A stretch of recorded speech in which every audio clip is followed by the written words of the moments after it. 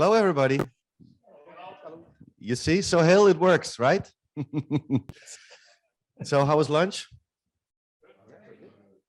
You all, yeah, you enjoyed it? Okay, cool. So all fed, you're all ready to listen, no excuses anymore, right? So, okay, so let's start. And I would like to have another warm welcome to everybody here in beautiful Cascais, Lisbon. And of course around the world, and welcome to this the CC Media Webinar.Live, and actually a live session, panel session here in Cascais at the GCCM Lisbon. So a warm welcome to also around the world. Sohail, how are you? I'm good, Eric. Thank you very much. Yeah, thank you so much. Good to having you here, and then also the gentleman here live. So as a kickstart, Sohail, I would like to give you a quick minute to introduce yourself and say something about Omantel. There's always something new with you guys, I know. So please. Thank you, Eric. Good afternoon, everyone. On my side, it's almost good evening now. First of all, apologize that I'm not there in person. Just came back from ITW and a few things. So my name is Sohail Kader. I'm the Vice President of Omantel Wholesale Business Unit. Omantel is basically an incumbent operator in the Sultanate of Oman, a country within the Middle East. We are part of the 6 GCC countries as well. As Omantel, we started somewhere around, let's say, 11 years ago, 12 years ago, implementing submarine cables, utilizing the geographical location of our country, which is basically outside the Gulf and then connecting to the Indian Ocean.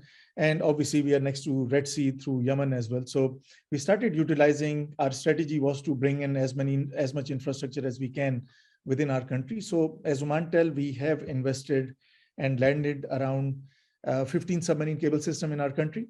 The latest one is a cable system coming directly from Perth in Australia to Oman that landed almost 3 weeks ago, called Oman Australia Cable.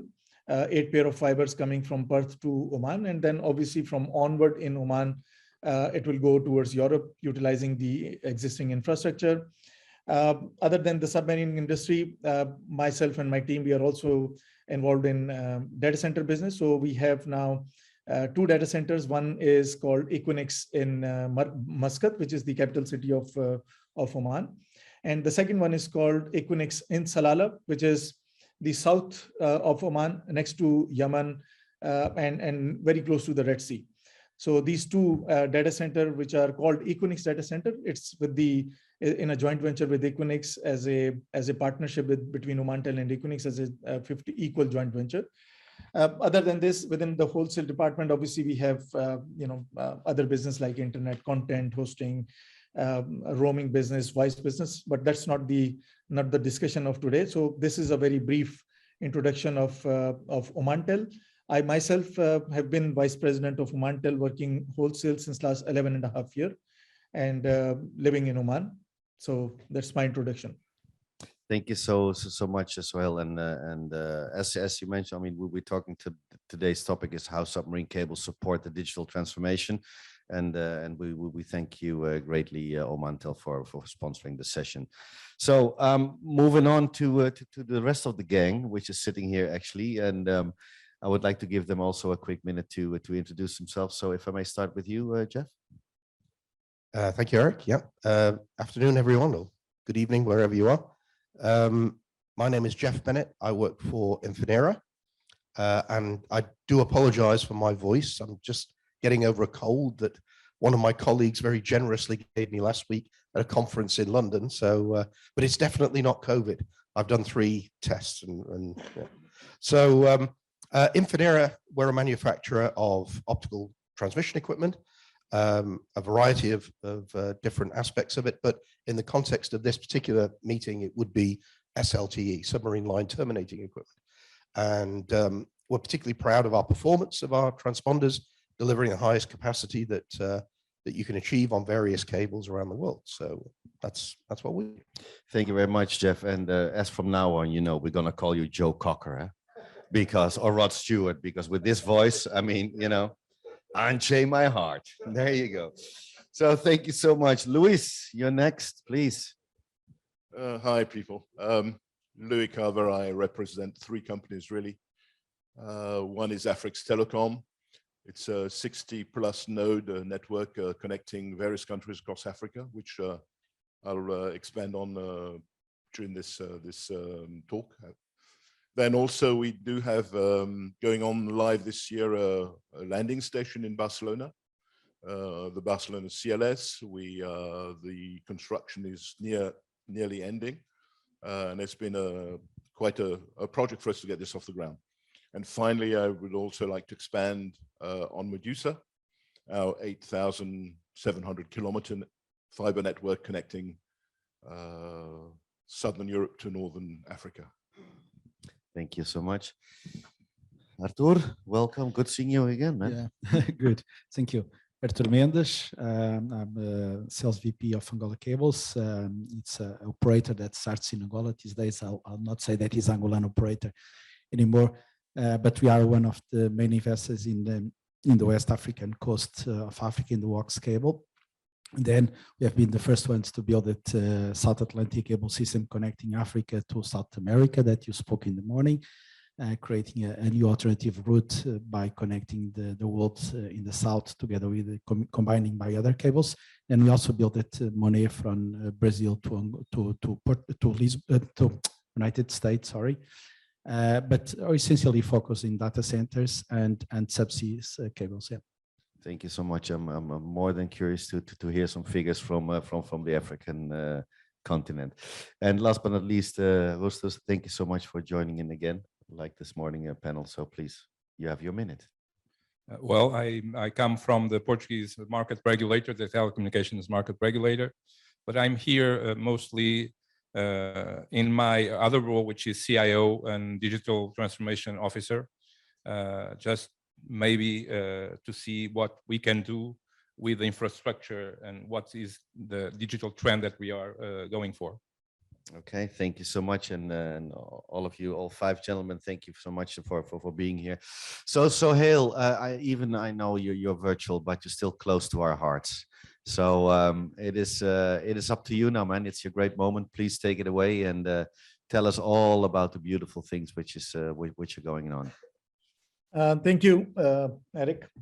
I have a small presentation, very much focused on the topic today. I'm not going to talk about too much about Omantel because that's sort of a marketing. So please let me know if you can see the screen. Yes, we can. Thank you. Okay, so the idea, I will also start my stopwatch because I've been given 10 minutes. So the idea of this presentation is to discuss the challenges, the opportunities that in the submarine industry we are facing, especially in our region. And obviously, I'm sure I can talk about the Middle East as well as Africa as well from the challenges and opportunities point of view. Then we will talk about the planning and so on. So some of the challenges and opportunities in the submarine business that we are facing today is there's no capacity today left in the market. If you look at the routes between Asia to Europe, all the existing cable system, which are very few now, are already either old or either have gone out of capacity. And what's happening, the implication of this is basically today I would say that for the short period of time, we all see an increase in price by 30 to 40%, which is not good for the business. That creates some uncertainty in the business because international business especially on the connectivity side, have been seeing a trend of pricing going down since I would say over the last 5 years. But what happened is that the last submarine cables in this region connecting Singapore to Europe, connecting Middle East and Africa was somewhere in 2017. So CME5, the latest cable, and Asia, Africa, Europe one, which we call it AE1. These 2 cable systems were the latest in the time, and these 2 cable systems are both, specifically these 2 cable systems are out of capacity. CME4, IMEV, obviously our old cable system and out of capacity. So today in the region, and especially connecting the east to west, we are facing a major issues. I would say also the major impact started coming out during the COVID time, where the traffic demand from our region within the Middle East and the greater region to the Middle East, the demand grew by almost 35 to 40%. And at that time, people started activating capacities that were not seen that we will be out of those capacities. And this is where we are standing. Now, what are the opportunities out of this? I think the opportunities out of this whole scarcity of the bandwidth and the capacities is that there is an opportunity in Middle East and in Africa to utilize this situation and start creating more and more hubs, create more ecosystem, bring more and more carrier neutral data centers in the region, so that we can bring the content closer to the customers, closer to the eyeballs. I think we all understand that content started in US, then they moved to Europe, and then from Europe they started also moving towards Asia, specifically Hong Kong and Singapore, I would say, or either we can say they started moving from US to Singapore in our region, and the Middle Eastern region remain as is. So Middle Eastern region was connecting either to Singapore or either to Europe to access to the content. This have created this opportunity. I believe that the content start coming to the region, because now it is a time where the capacities are going very, very high on the costing side, and it is impacting everyone. So the edge nodes, the data center have started coming to our region. Amazon have deployed one region over here. They are deploying another region.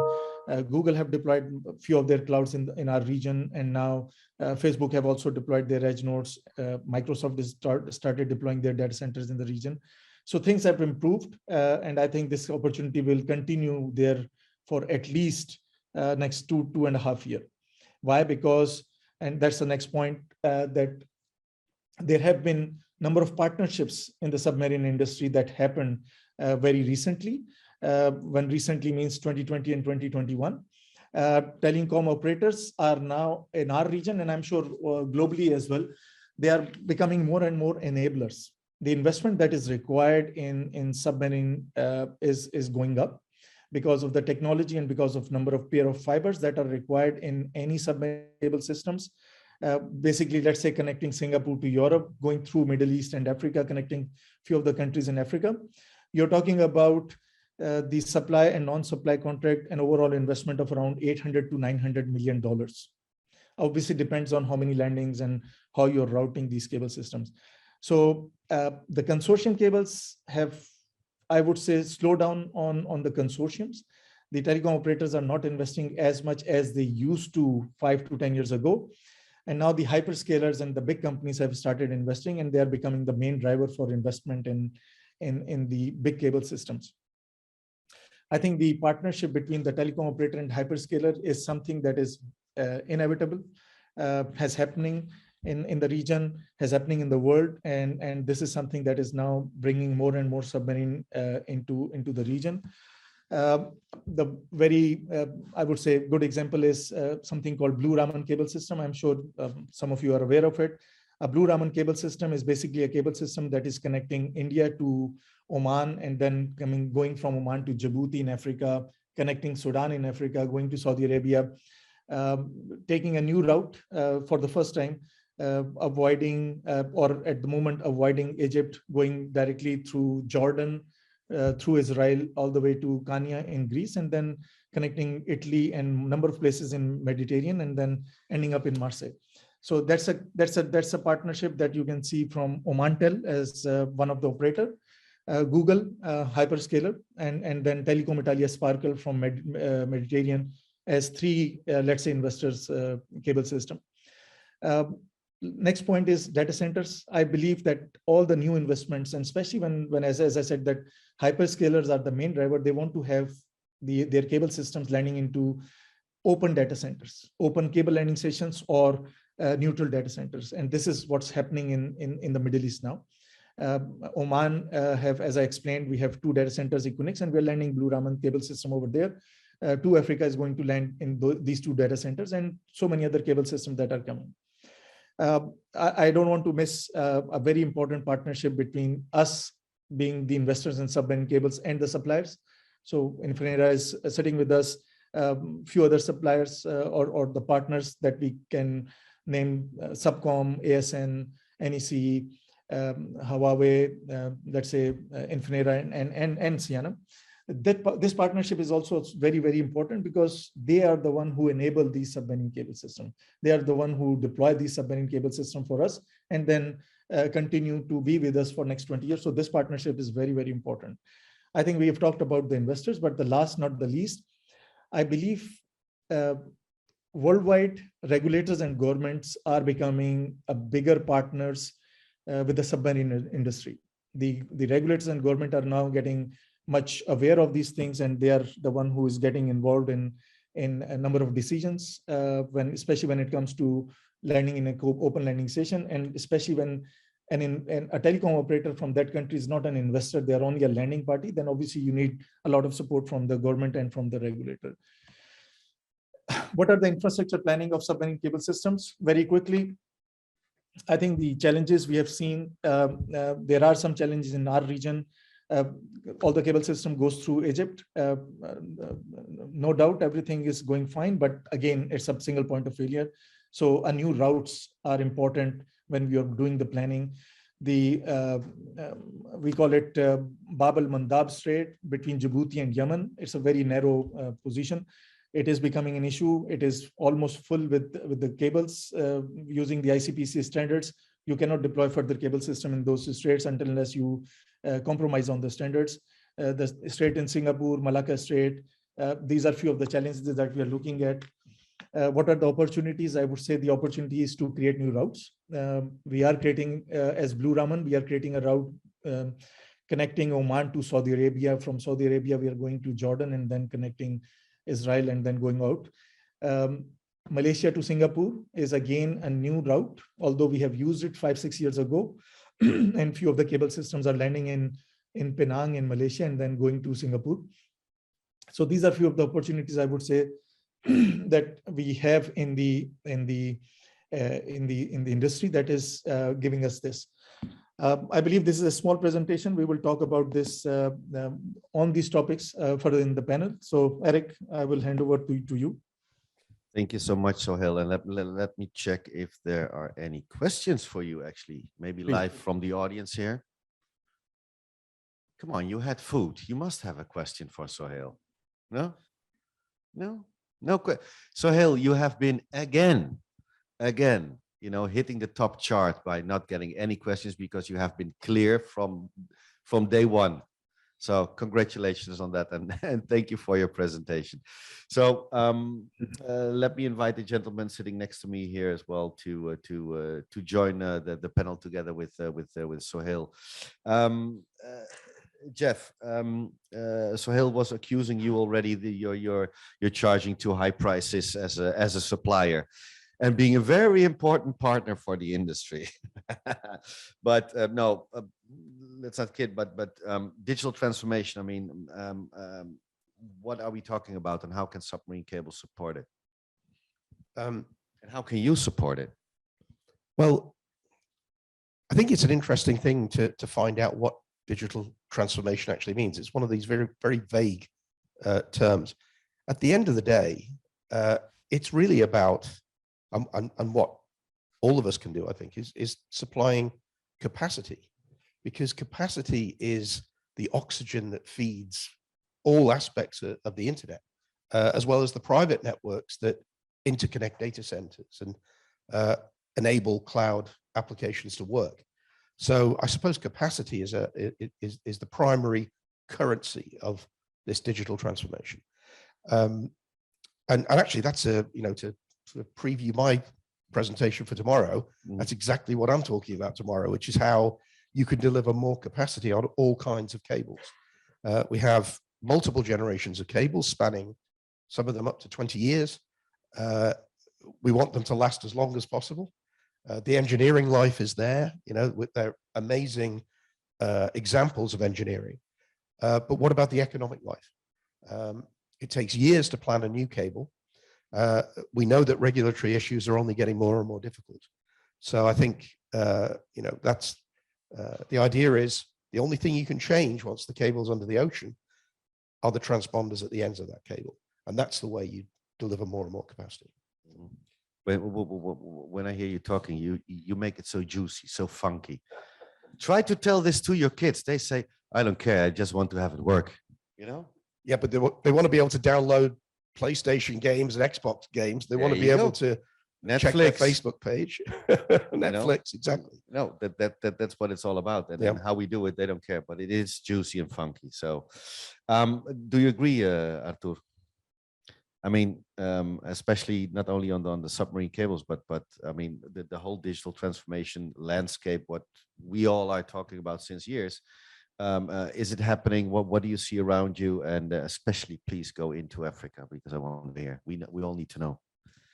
I was thinking about that. So if we think about digital transformation, and they were speaking about it everywhere in Africa, probably we are one steps behind that. So we are still fighting to try to increase the percentage of usage of internet as such. I didn't check the exact numbers, but Africa was a few months ago still on the 30%, 35% of internet penetration, which is much lower than the rest of the world. And when we compare it with Europe, even mobile penetration was, I believe, 59% last time I see it. And when we look to Africa, that is a huge continent, or the second biggest in terms of population, and the growth that the continent itself has, because now we have 1.3 million population, but the expectation is that in 2050 we could have 2.5 billions. Oops. So there's a huge growth. So the birth percentage is totally different from Europe. Families still have 5, 6, 7 kids and not one as in Europe. So there's a huge population that will be needed to be fed. There's submarine cables that are really getting that capacity, and the ones that are being built now have more capacity than all the cables that have been done to Africa until now. But then, of course, there's other problems that we needed to face. We needed to spread that capacity towards the countries.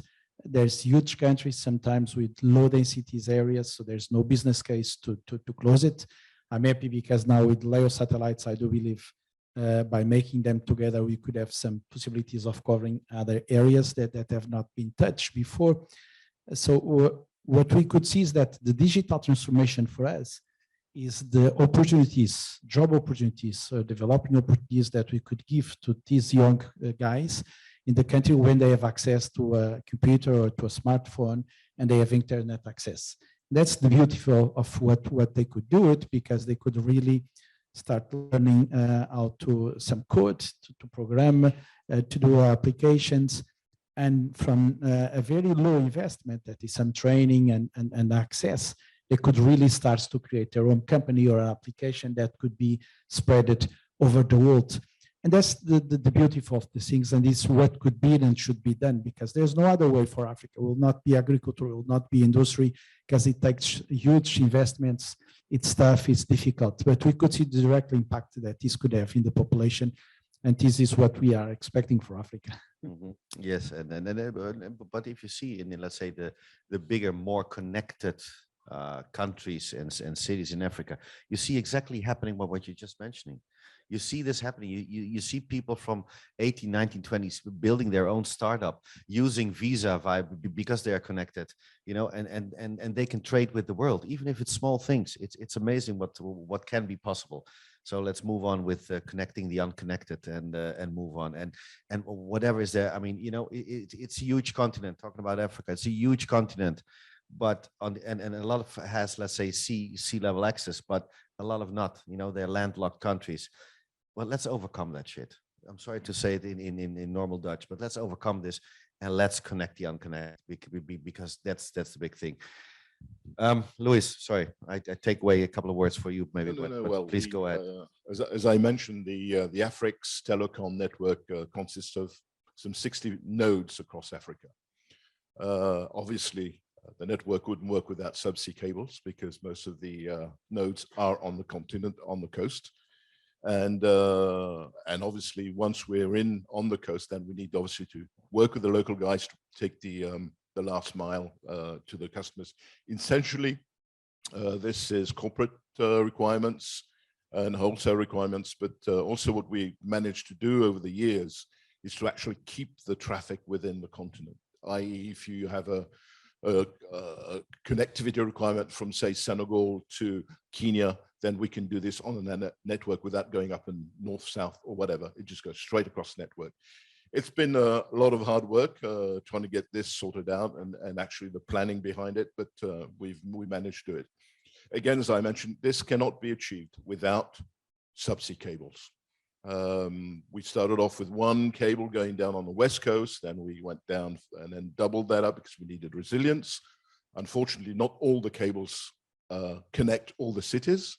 No. So then you had to ensure that you had the effective capacity and connectivity requirements in place. Then we moved on the east side, and now we're completely circumventing the continent and going beyond, actually going across east to west of the continent.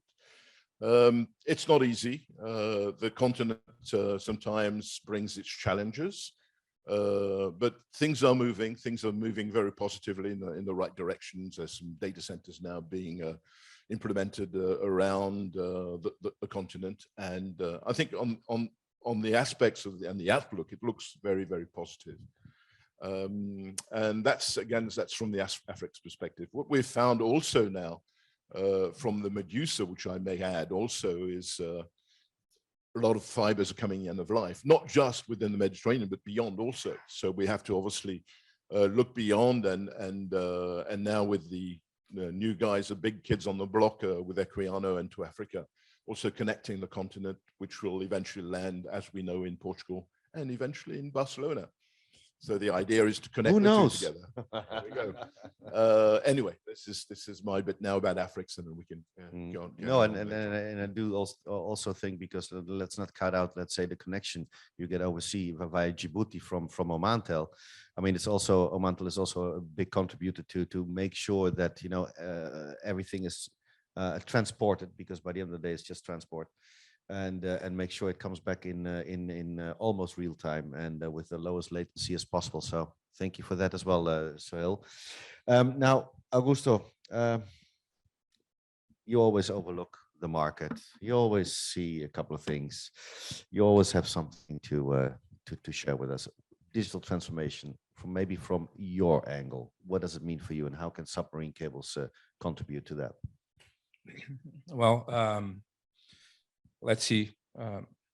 First, I had a discussion with a couple of economists one of these days, and they were kind of saying that actually digital economy is something that doesn't exist. Basically, economy exists. Digital is just one other layer that provides the same trends and the same way to address the economical questions, macroeconomical questions. And then we talked about metaverse, and the thing changed. The thing is, strangely, yeah, they finally understood that actually the market, the capital, is the market. The market today is digital, and for a country like Portugal, we are 10 million. With all this connectivity, it's having only two ways of being in this new world. It's either being consumed, having all our potential and capacity being consumed through these infrastructures by other markets, or to create our own markets, our own verticals, probably based on our language. And Africa and South America, it's extremely important for us.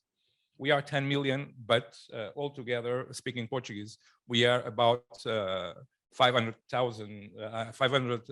million Portuguese speakers. So basically, when you digitalize the market, you don't stop, obviously, at the political boundaries, and your market land is the connectivity that is being layered and that is there. So basically, when we are looking right now to our potential, is tremendous if you consider Africa interconnected like it's already through Mediterranean, through now a link to the Southern America, and also both with Medusa, with to Africa, and very recently with Google doing all the side coast. So what we see there is a tremendous capacity to recreate our digital market in a way that we would never expect before.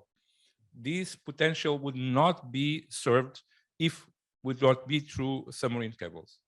because the rest of the technology doesn't have the capacity to emerge people in these new layers of commerce that are being set up by the big players, of course, mainly through what it really means, the metaverse concept. In 2-3 years, we will start to see these really happening and emerging from the moment where you get up from bed to the moment where you go to sleep again, or probably during even the sleep, we'll be using these emerging technologies with services being provided from Portugal, of course. Mainly, that's what we would like, to have our own capacity to produce content here, but contents from America, from Africa, and to Africa. So for us, being digital at this, it's not an option. It's actually what it will mean our sovereignty in the future. And that's basically how important it is, the submarine cable infrastructure for us. It's I would say, a matter of survivance in the near future. And knowing that, I mean, Portugal was one of the first countries to have the first fiber in the world, right?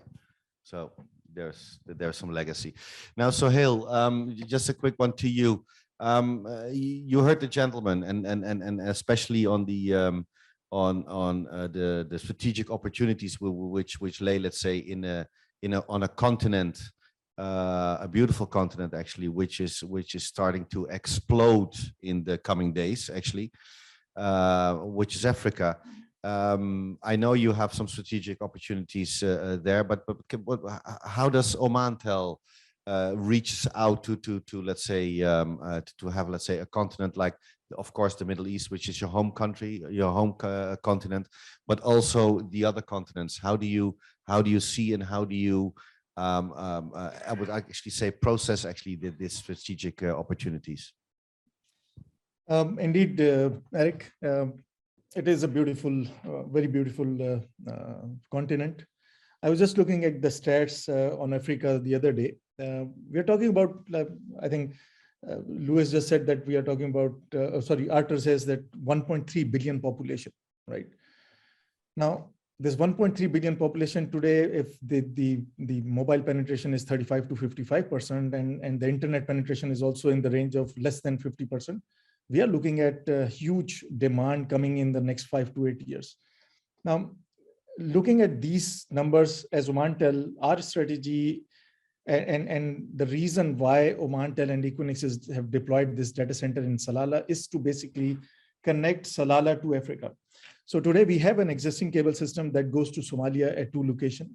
And then from Somalia, we enter into a country called Ethiopia, which is a landlocked country. And the whole idea was to serve not only Somalia, but also go into Ethiopia. Now, Blue Raman landing in Sudan, again, one of the largest country. But again, in Salalah, as I was talking, that to Africa, which is one of the cable systems that will connect most of the countries, or on the eastern side, East African side, that is also landing in Salalah. So, see, the 2 things that I would like to highlight and say that it's not only the submarine cables that do the transformation, digital transformation. I believe that being a telecom operator in Oman, we believe that the transformation starts from the access network. If you do not have a proper access network going to every house and every enterprise and the government offices, and then obviously the education in that either country or in the continent to start utilizing those things, transformation will never happen. Submarine is important.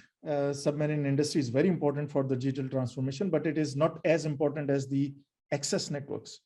And I think if you look at the African countries, we do talk about the landlocked countries, and some of the big, like Ethiopia and Nigeria, big landlocked countries with a population of almost close to 300 million population, which is landlocked. But out of 54 countries in Africa, somewhere around 16 or 17 countries are landlocked. Rest of them do have a network connected to the sea. But again, I think the investment and the focus that is required is on the backhaul networks connecting the countries in Africa, and also the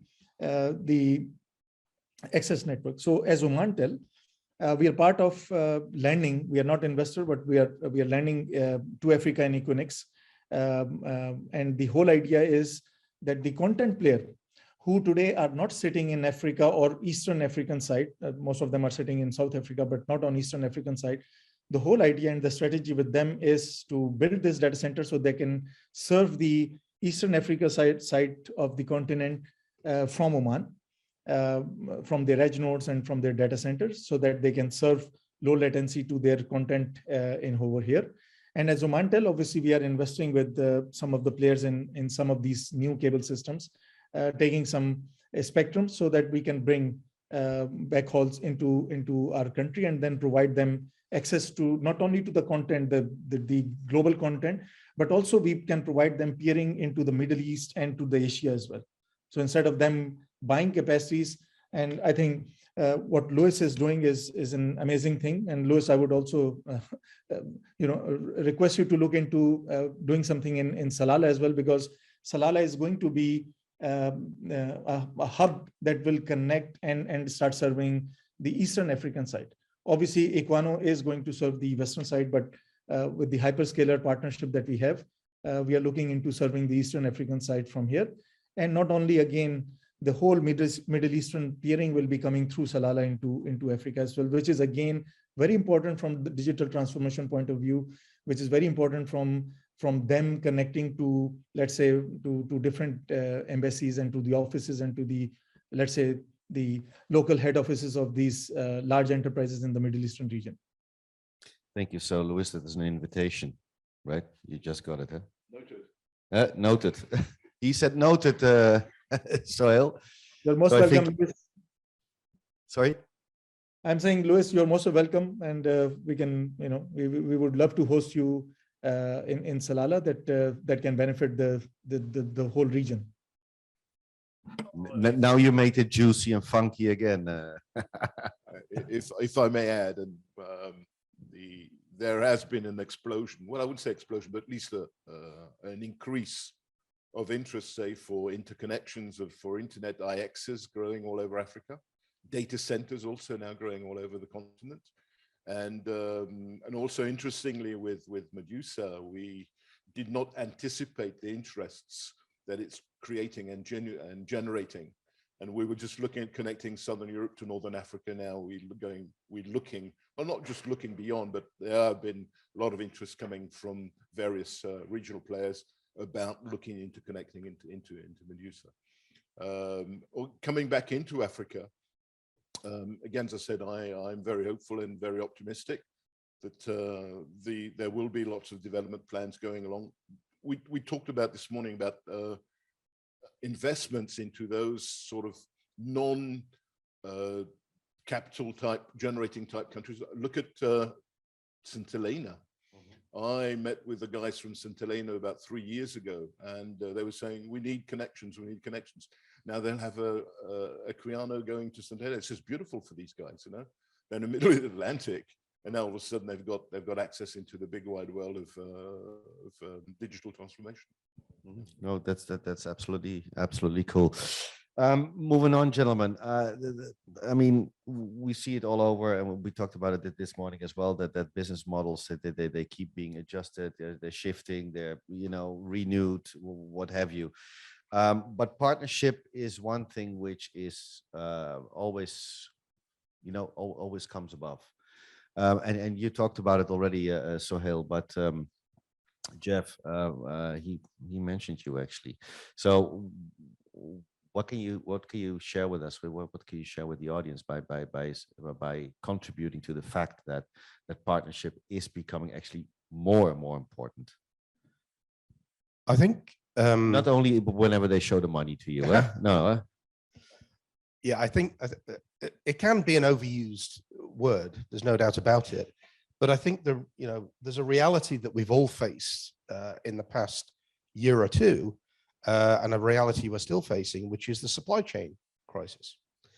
And I think this idea of a partnership between a supplier and a customer just becomes incredibly important when you're having to forecast so far ahead, because the lead times from some of our suppliers are also going crazy, over a year lead times on certain components.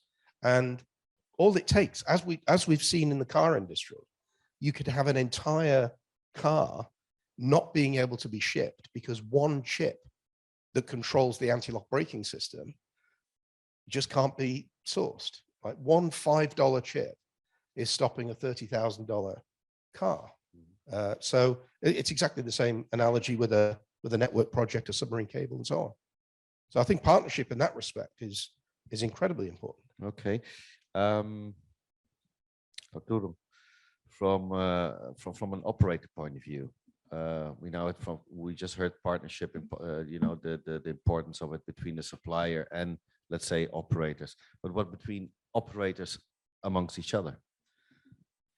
Yeah, it's funny because we are speaking about changing models, the way we build it, at least submarine cables. I'll not say data centers because traditionally there have been only one company building their own data center or in several places. But in terms of the submarine cables, it's true that it was a consortium model. These days it's not a consortium model because normally you have a hyperscaler that just comes and put all the money. But at the end of the day, the operators are still there, because now it have 16 fiber pairs or 24 fiber pairs. So each one is investing. We could pick up the example of to Africa. So we have a few players with more capacity than they had before when it was a consortium model, because now they have a full fiber pair. And before, like our case, we are one of the 4 big investors in WOX, but we only have 11.4% of the cable was not even a half fiber pair or a quarter fiber pair. So it's a different model.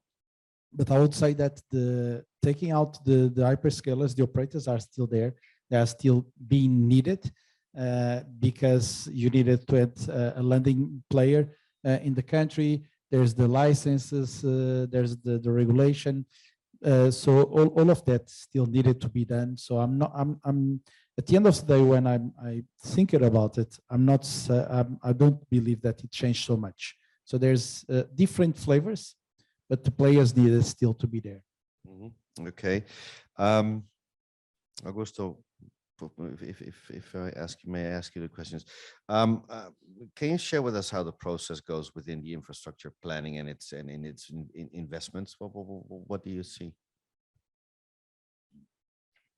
Well, basically, we have discussed before this morning about how non-rentable are the cables in itself. But one thing we are sure, I mean, if you don't build it, they don't come.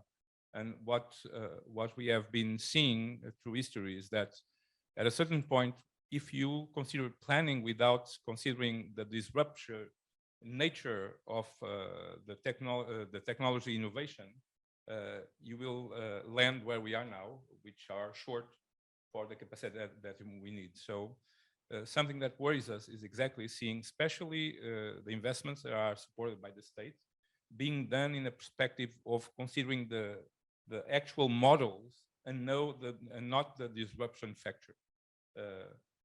Right now we have 5G, we will have all the IoT putting data into the infrastructure, but we don't have any idea how that will progress when things like 6G and other technologies, we have talked about quantum, will come over. What we know is, in terms of, for instance, the data, in terms of, we were talking about metaverses, in terms of mesh, Microsoft didn't predict not even 10% of what would be the need, for instance, during this COVID crisis. So no one predicted that. So that's something that worries us, is to see the capacity being calculated not with this disruptive factor, which we don't know how to calculate, but for sure, if you put there 10,000 more, it will be not enough. That's what we feel. In 5-10 years, and a cable is having 25 years span. So that's something that we have been feeling. Mm-hmm.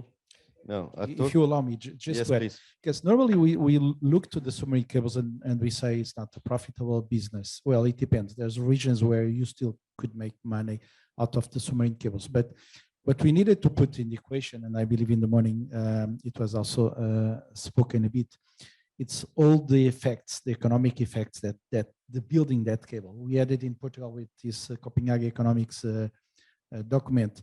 The impact of Equiano in Portugal, and it was like 500 millions of impact, and the impact in the life of the people in a certain country by developing that country, or the impact that they have in the GDP of that country because of the increase in telecommunication should also be considered, and that's also important. And we need to see the creation of richness on a region because of it.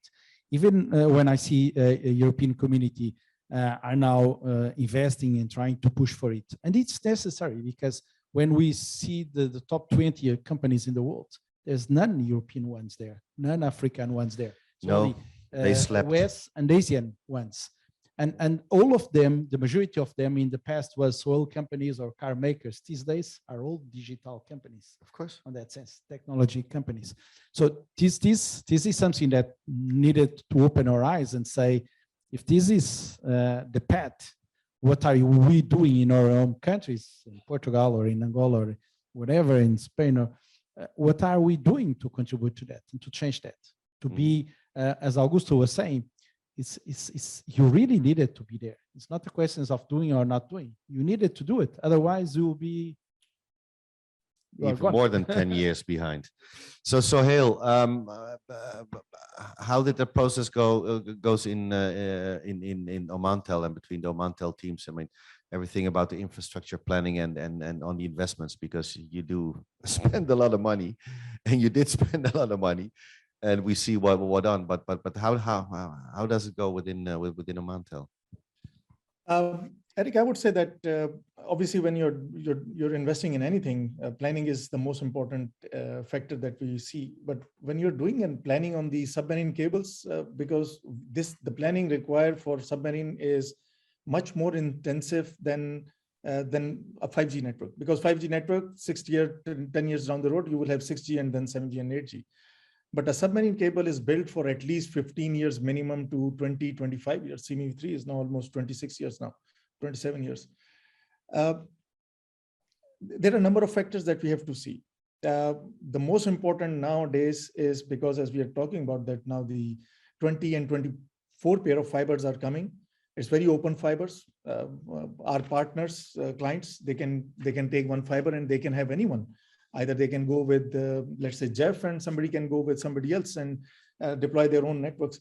The important factor in submarine infrastructure planning is the landing points that are becoming very, very important. If these are open landings or these are closed landings. Nobody wants to go on closed landings nowadays. The routing, when you're doing a routing, there are certain places where you would like to avoid, because we have the historic background that if there is a cut in that area, getting a permit takes a month or 2 months. So people are avoiding those places, although they are good from the routing point of view, but because they are not good from the management point of view, from government point of view, political point of view, policies point of view, people have to now, during this planning, we have to avoid those things. Now, I think, Augusto, you raise a very important point about the planning, that we don't want to end up in the same situation that we are today, which is like no capacities. But I think also important is that who are the investors? The hyperscaler OTT players only started investing in submarine cables actively 4 years ago, 5 years ago, before they were going behind the operators. And operators cannot spend $200-300 million in one cable system. And that is where the consortium starts coming in, and a consortium from planning all the way to ready for service takes at least 5 years for a normal cable system, 5 to 6 years. And this is where we are talking about the lead time. So I think the few of the factors that I spoke about while we are planning. Now, the important thing, the geopolitical situation is also becoming an important in the planning. The Oman-Australia cable is a very big example of a plan that is very strategic. We are bypassing the Strait of Malacca, China Sea, and coming directly between Australia to Oman, or to the Middle East, let's say, and then from Middle East, they are going to Europe. This is again the result of a plan that is very strategic, based on geopolitical situation, what's going on in the world. so that if something goes wrong in one area of the sea, there are connectivity that will remain there. So I would say planning is an important, because it's your plan where you deploy a submarine cable, and once the cable is deployed, then obviously there is no option to reroute or those kind of things. So this is something, it was emphasis since last 20 years, but nowadays I think even as Omantel, we have a team where we have 3 people who are just a planner on the submarine routing.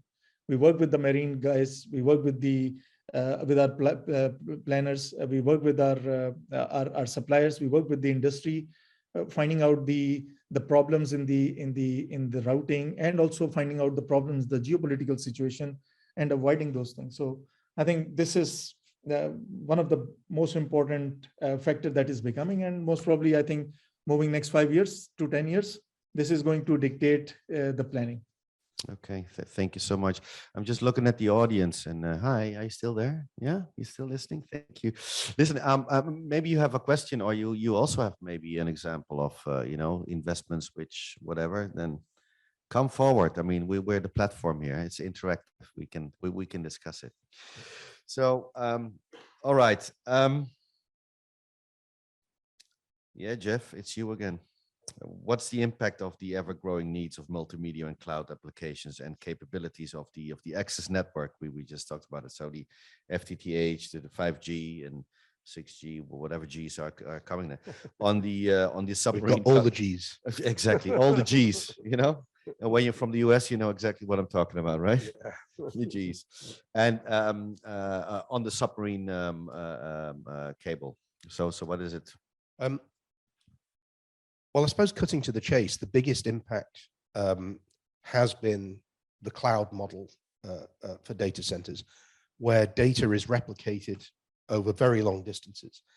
And I suppose Facebook, as it was then, Meta now, when they started to consume transatlantic bandwidth as though it was between 2 cities or across a city even, and of course, they can justify that because the advertising revenue absolutely dwarfs the cost of putting the cables in, or taking a fiber pair, for example.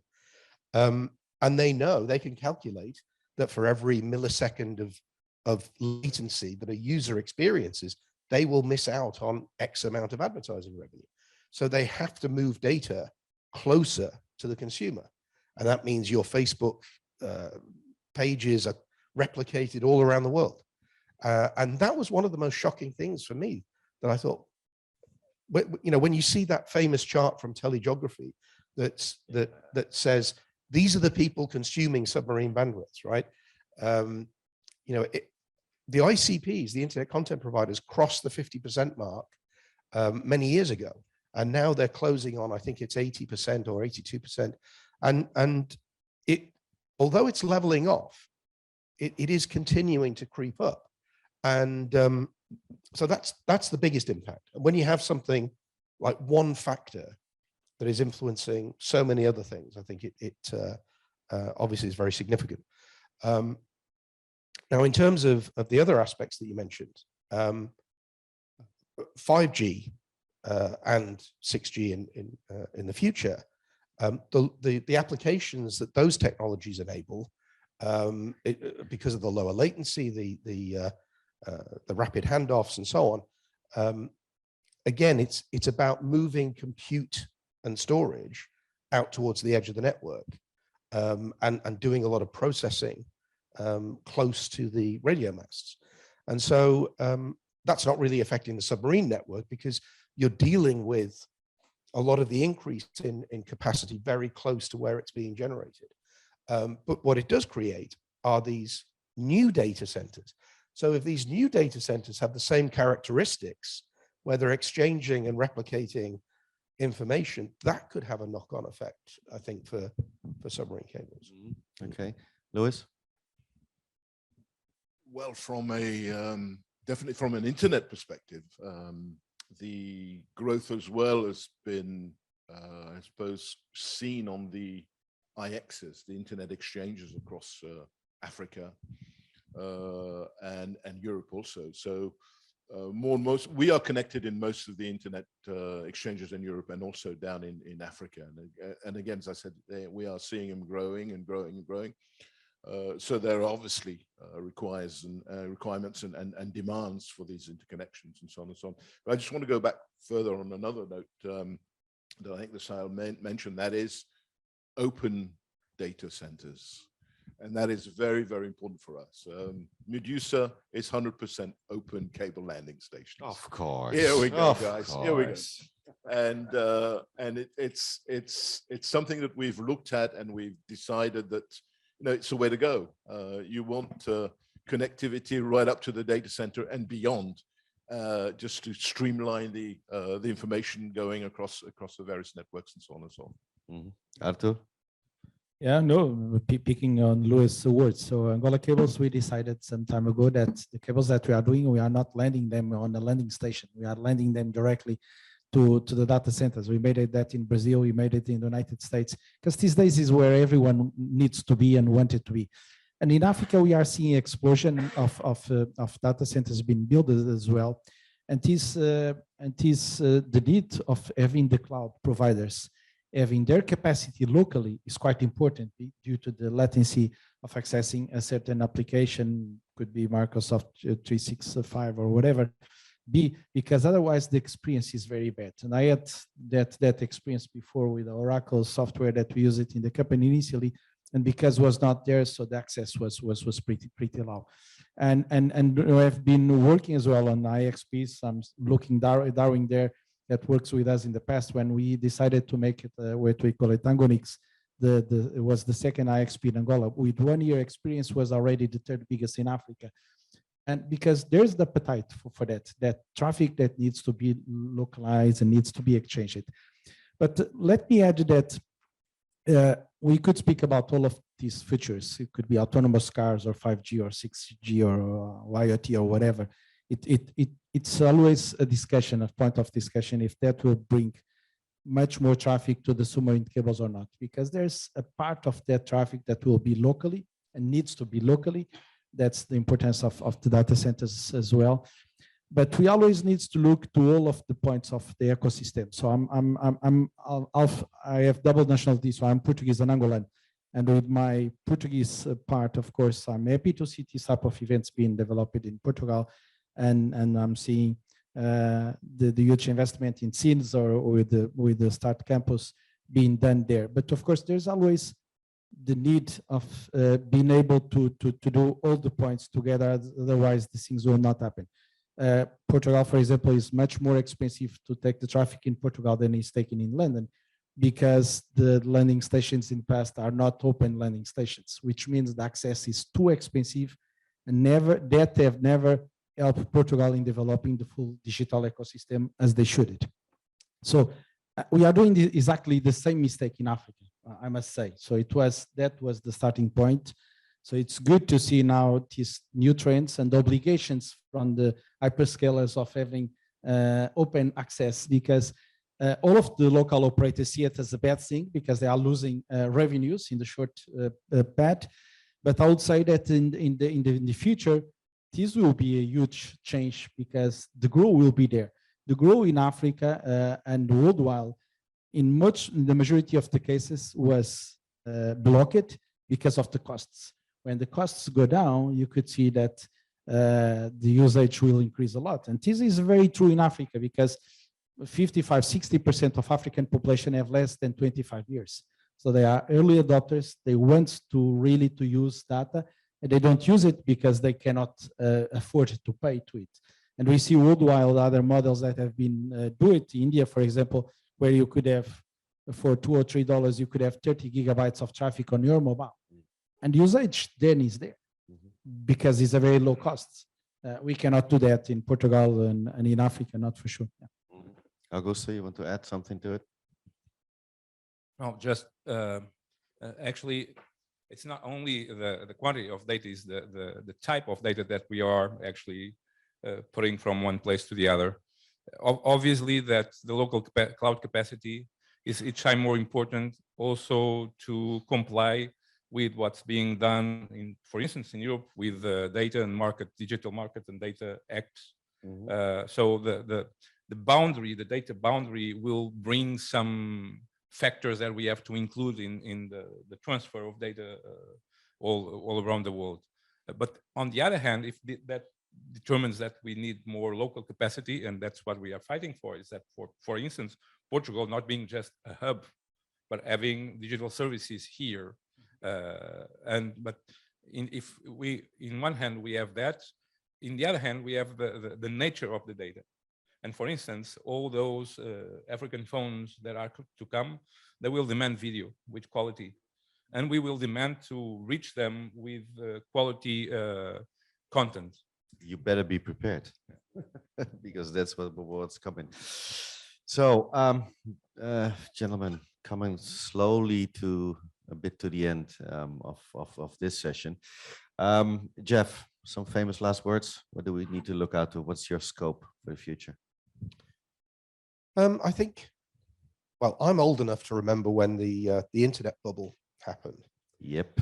And of course, well, somebody paraphrased this: "Build it, and build it, and they will come." He said, "Build it, don't build it, and they won't come." Something. But that was the phrase that characterized that era: "Build it, and they will come." In other words, it was a supply-driven market, and those markets are not sustainable because you're just not getting the revenue for the investments. Create a bubble. That's exactly. what you do. You create a bubble. Absolutely. We are incredibly fortunate, I think, because for many years now, we've been living in a demand-driven market. Now, unfortunately, it's got out of balance because of the supply chain issues that demand can't be satisfied in reasonable times, or we're having difficulty doing that. But it is the healthier way to be. It's better to be demand-driven than supply-driven. So I think that's just my general observation. And for as long as that situation exists, it means that companies like Infinera can invest in the R&D that we need to make the next generation of products that help guys like you build the networks. And I think that's maybe that's the way I should finish it. Okay, thank you. Louis? I was at ITW 2 weeks ago, and also at Capacity, or rather the subsea event at Total Telecom in London, also last week. So just following on 3 events in the 3 weeks consecutively. And the word that I heard, and I also heard it this morning, was young blood. We need to ensure and assure that the baton will be taken over by the younger generation. I think we are. I mentioned, I don't know who, but I'll be proud to say that I was here in 1975 in Cascais. So I think a lot of you were perhaps. Don't look at me, guys. I know I look old, but don't look at me. Just to say that, I'm getting that stage of life now where the baton needs to be passed on. There was one guy from Google, I believe it was Chris George, who mentioned that he actually spends his own time, going on to university campuses and explaining to the younger generation that we need guys to come on board and to take over and to carry on. And looking around at the audience, I think we need more ladies as well in this industry. There's too many dark jackets, I think, and we need to open those up as well. Shit, dark anyway, as well. This is my last words. Thank you so much. Artur? I agree. I was in the table with Louis discussing that at lunchtime, and we are seeing some of these movements because we are seeing the old guys that needs to be retired, and they retire and then they come back and they retire again. So it's definitely, so one of the things that we've been discussing at lunchtime was how could we change this by making a positive publicity of the industry, because when you start to working on it, you see that it's something beautiful and amazing, and we are contributing for the future of the new generations. But I don't know why most of them still believe that internet is done by the satellites, which is 1 or 2% still, but everyone thinks it's more sexy. So we need to change that and to work on it, because the future is here. The future is bright, because when we look, we see that capacity will grow, and the effects that have in terms of the country's transformation. with this digital transformation as we use it. So it's a fantastic place to work, and the future is right. I would like to see a commercial with a landing station in the back, having a couple of kite surfers, male and female, you know, doing their tricks. Trust me, submarine becomes overnight completely funky. Overnight, it will happen. Augusto, I would like to basically see two things: a huge carrier and submarine cable university working in Sinj, for instance. Actually, what I think we should have, we will not have a digital platform for work purposes like Microsoft, for sure not for commercial. I mean, we have Amazon, we have all those platforms, we will not reach there, but Portugal can reach something which is a sea-oriented metaverse. So I want capacity to be able to provide it to the rest of the globe. So I hope that actually all these partnerships that we are talking about, that are actually the only way to go further, will work in that way, that we have all that capacity available to provide these new digital markets that we intend to have.